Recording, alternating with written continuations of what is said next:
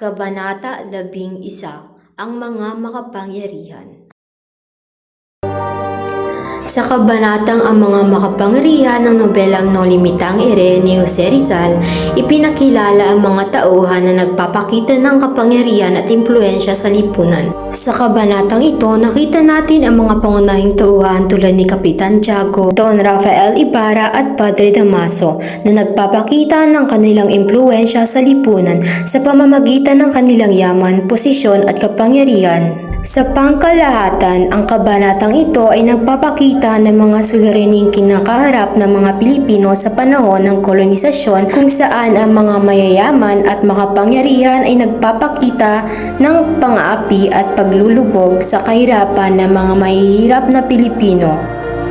Sinabi rin sa kabanatang ito ang tungkol sa pagkamatay ng ama ni Ibarra at ang pagkakatuklas niya sa mga lihim na motibo ng mga tao sa paligid niya. Ito ang nagsilbing pagpapakita ng kalagayan ng sa pananakop ng Espanya sa Pilipinas at kung paano nila pinapangyarihan ang mga tao sa lipunan. Sa pangkalahatan, ang kabanatang ito ay nagpapakita ng suliranin at kahirapan ng mga Pilipino sa panahon ng kolonisasyon. Ipinapakita nito ang kakulangan ng kalayaan at karapatan ng mga Pilipino, pati na rin ang pang-aapi at pang-aabuso ng mga mayayaman at makapangyarihan sa lipunan. Nagpapakita rin ito ng pangangailangan ng pagbabago at pagpapalaya ng bayan mula sa kolonisasyon at pang-aapi. Paksa ng kabanata. Sa kabanatang ito, ang mga tao na kinikilalang makapangyarihan o kasik sa bayan ng San Diego ay mabibilang lamang. Ito di umano ay katulad ng Roma at Italia sa mahigpit na agawan sa kapangyarihan sa pamumuno ng bayan. Hindi naman kabilang dito sina Don Rafael, Kapitan Tiago at ilang mamumuno sa pamahalaan.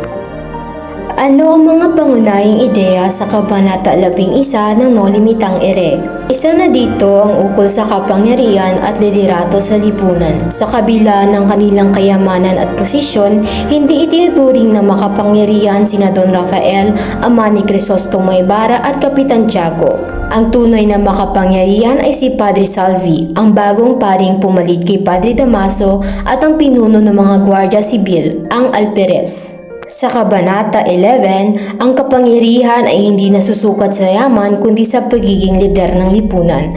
Ang mga lider ay ang mga taong nangunguna at nangangasiwa para hubugin ang isang pangkat, samahan o kalipunan ng mga tao. Ang pagiging lider ay hindi naaayon sa ranggo at estado sa buhay. Ang tanging pinagmulan ng kapangyarihan ay ang pagiging lider ng bayan. Ang mahusay na pinuno ay isang waran at modelo na tinutularan at may positibong salubin at makabulang tanawin sa kagandahan ng buhay.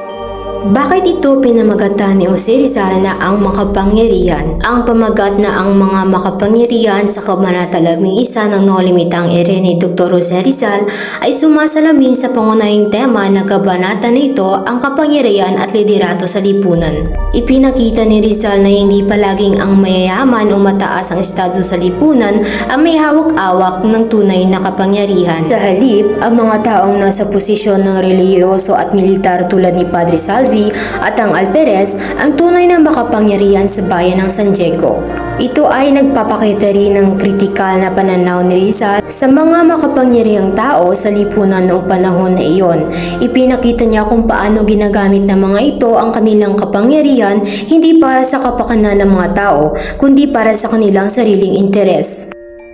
Anong aral ang makukuha sa kabanatang ito? Ang aral na makukuha sa kabanatang ito, ang kapangyarihan ay hindi nasusukat sa dami ng salapi, kayamanan o taas ng ranggo. Ito ay nasa pagiging lider ng lipunan. Maraming salamat sa pakikinig. Magandang araw!